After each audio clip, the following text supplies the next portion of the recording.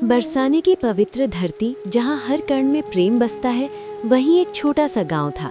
उस गांव में रहता था एक गरीब ब्राह्मण। नाम था माधव। उसके पास न धन था न संपत्ति, बस एक टूटी सी झोपड़ी और दिल में अटूट भक्ति थी राधा रानी के प्रति। हर सुबह वो बिना कुछ खाए नंगे पांव बरसाने के मंदिर तक जाता और एक ही प्रार्थना करता, राधे मुझे कुछ नहीं चाहिए, बस आपका प्रेम कभी कम मत होने देना। गांव वाले उसका मजाक उड़ाते, कहते भक्ति से पेट नहीं भरता, लेकिन माधव के चेहरे पर हमेशा शांति रहती, जैसे उसे किसी और ही दुनिया की दौलत मिल चुकी हो। एक दिन बहुत तेज बारिश हो रही थी, बादल गरज रहे थे और रास्ते कीचड़ से भर गया था। फिर भी माधव मंदिर जाने निकला। रास्ते में उसे एक बूढ़ी औरत मिली, भीगी हुई, कांपती हुई और बहुत कमजोर।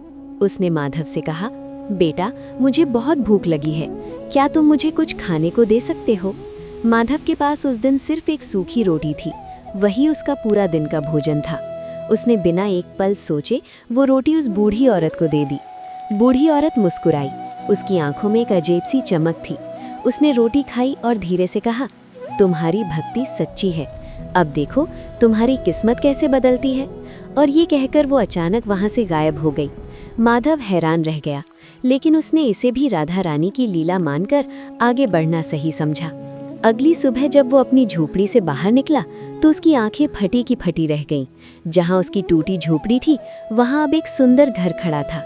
अंदर अनाज के भरे भंडार, सोने चांदी के बर्तन और हर तरफ समृद्धि ही समृद्धि। गांव वाले दौड़ते हुए आए, सब हैरान थे, कोई समझ नहीं पा रहा था कि ये चमत्कार कैसे हुआ। तभी माधव की आंखों के सामने वही बूढ़ी औरत प्रकट हुई, लेकिन इस बार वो साधारण नहीं थी। उसके चेहरे से दिव्य प्रकाश निकल रहा था और धीरे धीरे उसका रूप बदलने लगा। वो कोई और नहीं, स्वयं राधा रानी थी। माधव भाव विभोर होकर उनके चरणों में गिर पड़ा, आंखों से आंसू बहने लगे। राधा रानी मुस्कुराई और बोली, माधव तुमने अपनी आखिरी रोटी भी किसी भूखे को दे दी, बिना ये सोचे कि तुम्हारा क्या होगा। यही सच्ची भक्ति है, जहाँ स्वार्थ नहीं होता वहाँ मैं स्वयं आ जाती हूँ। तुमने मुझे भोजन कराया है, अब तुम्हारी हर कमी मैं पूरी करूँगी। माधव ने हाथ जोड़कर कहा, मुझे धन नहीं चाहिए, बस आपकी भक्ति हमेशा बनी रहे। राधा रानी ने आशीर्वाद दिया, तुम्हें दोनों मिलेंगे, भक्ति भी और समृद्धि भी, ताकि तुम दूसरों की मदद कर सको। उस दिन के बाद माधव ने कभी अपनी दौलत को अपने लिए नहीं रखा।